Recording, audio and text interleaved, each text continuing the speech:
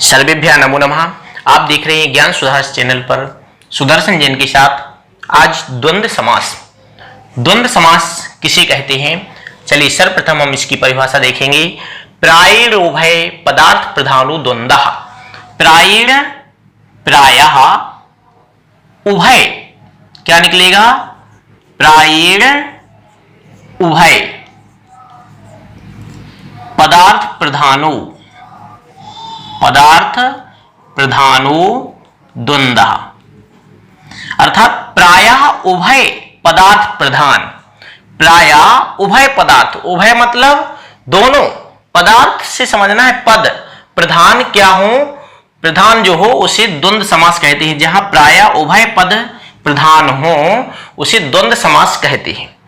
अब उभय से हमें लेना है दो या दो से अधिक भी, तो क्या समझे हम, जहां सभी पदों की प्रधानता होती है उसे द्वंद्व समास कहते हैं। यहां जहां पर सभी पद प्रधान हो उसे द्वंद्व समास कहते हैं। अब देखें हम सामासिक पद समास विग्रह। अब जैसे यहां पर उदाहरण हमने लिखा है राम लक्ष्मणहु, राम भी प्रधान है और लक्ष्मण भी प्रधान है। इसका हमने राम समास विग्रह करेंगे तो क्या हो जाएगा, राम च लक्ष्मणश्च, राम और लक्ष्मण।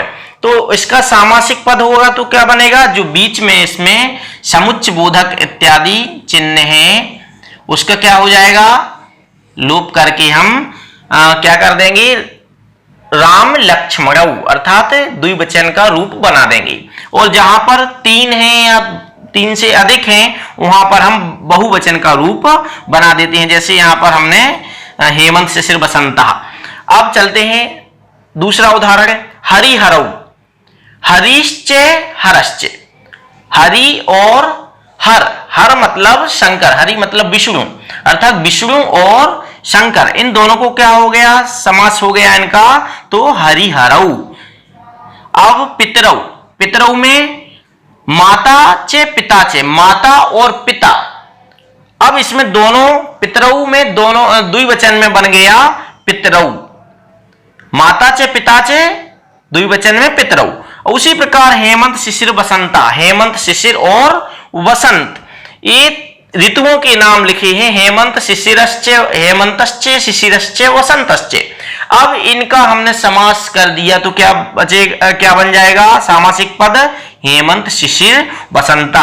अर्थात इसमें हमें क्या समझ में आया, द्वंद्व समास क्या कह रहा है, जहां पर उभय पद प्रधान हो, अर्थात दो या दो से अधिक जितने भी पद हों उनको और सभी मुख्य हों उसका नाम द्वंद्व समास है। अर्थात जहां पर सभी पद की प्रधानता होती है उसे हम द्वंद्व समास कहते हैं। चलिए अब चलते हैं बहुब्रीहि समास की ओर। बहुब्रीहि समास क्या कह रहा है, परिभाषा देखें। प्रायेण अन्य पदार्थ प्रधानो बहुब्रीहि, प्रायः अन्य पदार्थ जहां पर प्रधान होता है उसे बहुब्रीहि समास कहते हैं। अर्थात जिस पद में जिसकी बात करें वो प्रधान ना होकर कोई अन्य पद प्रधान हो उसका नाम बहुब्रीहि है। ठीक है, अन्य पद पदार्थ प्रधान बहुब्रीहि, अन्य पदार्थ प्रधान जहां पर होता है या अन्य पद जहां पर प्रधान होता है उसका नाम बहुब्रीहि है। अब इसका क्या कह रहा है, यत्र सामासिक पदेभ्य अन्यस्य बोधा भवति, जहां पर सामासिक पदों से ये सामासिक पद कहलाते हैं, इसमें ये भी सामासिक पद कहलाएंगे। तो इस जहां पर सामासिक पदों से अन्यस्य बोधा, अन्य का बोध होता है, सा बहुब्रीहि, उसका नाम बहुब्रीहि समास है। और इसमें यस्य सह, येन सह ऐसे शब्दों का भी प्रयोग होता है समास विग्रह में। अब हिंदी में देखें, एक बार मैंने हिंदी में लिखा है, जहां पर कोई अन्य पदार्थ ही प्रधान होता है उसे बहुब्रीहि समास कहते हैं। जहां पर कोई अन्य पद ही प्रधान हो उसे बहुब्रीहि समास कहते हैं। जैसे यहां पर हमने सामासिक पद लिखा पीतांबरा, जिसका मतलब पीतम समास। अब अर्थ हमें समझना है तो समास विग्रह में जाएंगे। पीतम अंबरम यस्य सह, उसे कहते हैं पीतांबर। पीतम अंबरम, पीतम मतलब पीले हैं, अंबरम मतलब वस्त्र, यस्य मतलब जिसकी, सा मतलब वह है। अर्थात जिसके पीले वस्त्र हैं, सा मतलब वो है। वह कौन? विष्णु। किसके पीले वस्त्र हैं? विष्णु के जो हैं वह पीले वस्त्र होते हैं, इसलिए पीतांबर कहीं शब्द आता है तो उसका तात्पर्य है विष्णु से। अब दूसरा देखें, चंद्रशेखर। चंद्रशेखर, चंद्र शेखरे यस्य सः, यस्य शेखरे चंद्र। यस्य मतलब जिसके, शेखरे मतलब शिखर पर या चोटी पर या शीर्ष पर, चंद्र मतलब चंद्रमा है, अर्थात जिसके शीर्ष पर चंद्रमा है, सा मतलब वह कौन? शिवा या शंकर, वह शंकर हैं। ठीक है, तो चंद्रशेखर से किसका बोध हो रहा है? शंकर का बोध हो रहा है। इसके बाद दशाननः, 10 आननानि यस्य सः, 10 हैं आननानि मतलब चेहरे, मुंह, यस्य मतलब जिसके, सा मतलब वह है, जिसके 10 चेहरे हैं, सा मतलब वह है, अर्थात वह दशानन हुआ। लेकिन बोध किसका हो रहा है हमको? यहां पर रावण का बोध हो रहा है। ठीक है, यहां पर शिव का बोध हो रहा है, बोध मतलब ज्ञान हो रहा है, समझ में आ रहा है। इधर विष्णु का भान हो रहा है हमको। इधर लंबोदरा, लंबम उदरम यस्य सः, लंबा है, उदर मतलब पेट, यस्य मतलब जिसका, सा मतलब वह है, अर्थात लंबा है उधर जिसका, वह कौन? गणपति, वह गणपति अर्थात गणेशः। तो यहां पर अन्य पदार्थ प्रधान जहां पर होता है वह बहुब्रीहि समास कहलाता है। बहुब्रीहि समास क्या कहलाता है? जहां पर अन्य पदार्थ प्रधान हो उसका नाम बहुब्रीहि है, और जहां पर वर्तमान में जो उपस्थित नहीं है लेकिन बात इशारा हमारा उसी की तरफ होता है, ऐसा बहुब्रीहि समास का स्वरूप है। अर्थात पीले वस्त्र जिसके हैं उससे हम विष्णु को समझेंगे, चंद्रमा शिखर पर जिसके हैं हम शंकर को समझेंगे, चंद्रशेखर नहीं जानते हम। 10 आननानि यस्य सः, 10 हैं चेहरे जिसके, उसे हम दशानन रावण समझेंगे। दशानन, दशानन मतलब रावण समझेंगे हम उसको। लंबम उदरम, लंबा है पेट जिसका, उसे हम क्या कहेंगे? गणेशा, अर्थात इन नामों से वो जाने जाते हैं, अर्थात ये अन्य पदार्थ प्रधान कहलाता है। ठीक है, अब हम चलते हैं बहुब्रीहि समास, अन्य पदार्थ प्रधान बहुब्रीहि। अब सिंपल में परिभाषा याद रखना है, बस इतना रख लो, अन्य पदार्थ प्रधान बहुब्रीहि, जहां पर अन्य पद प्रधान हो उसका नाम बहुब्रीहि समास है। अब आते हैं हम अव्ययी भाव समास की ओर। अव्ययी भाव समास क्या कह रहा है?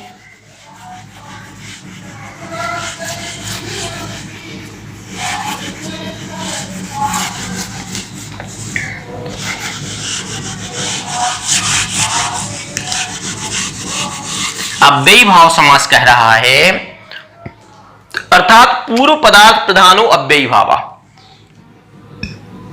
पूर्व पदार्थ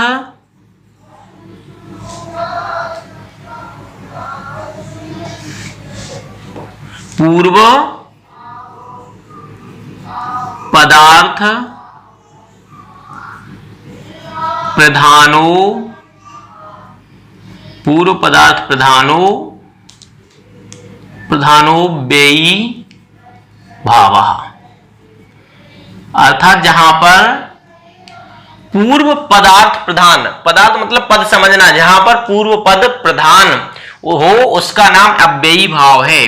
अर्थात हिंदी में क्या लिख दें? जहां पूर्व पद प्रधान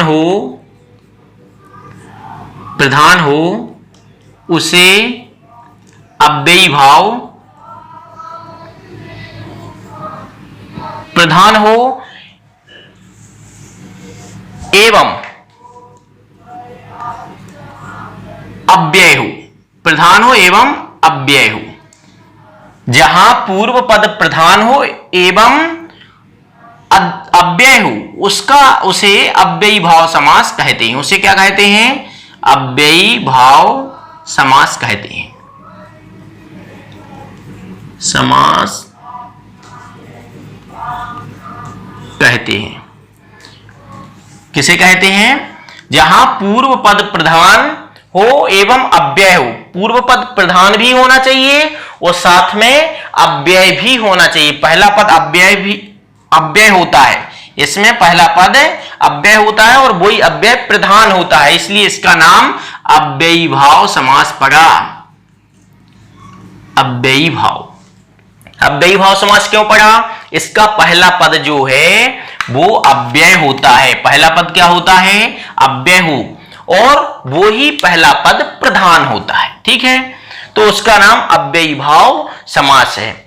अब जैसे अव्यय, अव्यय वह कहलाता है जिसका ना रूप चलता है, ना कोई उसका लिंग होता है, और सदृशम त्रिषु लिंगेषु सर्वासु च विभक्तिषु, जो सभी लिंग और सभी विभक्तियों में समान रूप से होता है, उसका नाम अव्यय है। वचनेषु च सर्वेषु यन्नव्येति तदव्ययम्, उसका नाम अव्ययी भाव समास है। तो अब हम इसके उदाहरण देखते हैं, जैसे प्रतिदिनम, प्रतिदिनम,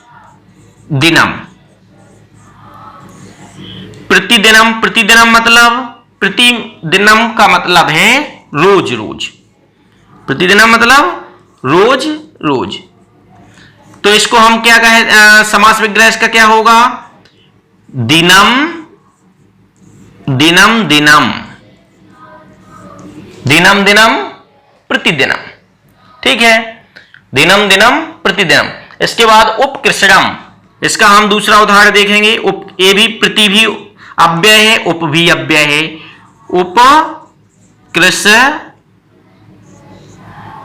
उपकृषणम, उपकृषणम मतलब कृष्ण के निकट या कृष्ण के समीप, कृष्ण के समीप।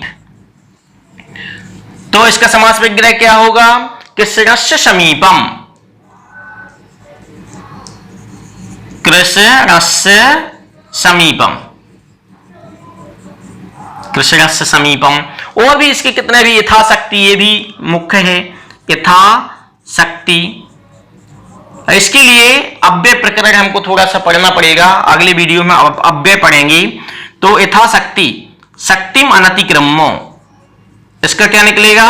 शक्तिम अनतिक्रम्यो, शक्ति का अतिक्रमण, अनतिक्रम्य, क्रम अर्थात शक्ति का अतिक्रमण नहीं करना, जितनी शक्ति है उतना ही कार्य करना। तो शक्ति अनुसार, क्या अर्थ होगा इसका? शक्ति अनुसार। तो इसमें हमें क्या समझ में आया कि पहला पद अव्यय होता है और पहला ही पद प्रधान होता है, और क्या है इसमें? दूसरा पद जो होता है वो संज्ञावाची होता है। तो आज हमने क्या समझा? अव्ययी भाव समास, पहला पद अव्यय होता है और दूसरा पद संज्ञावाची होता है। तो यह हमने आज अव्ययी भाव समास पढ़ा।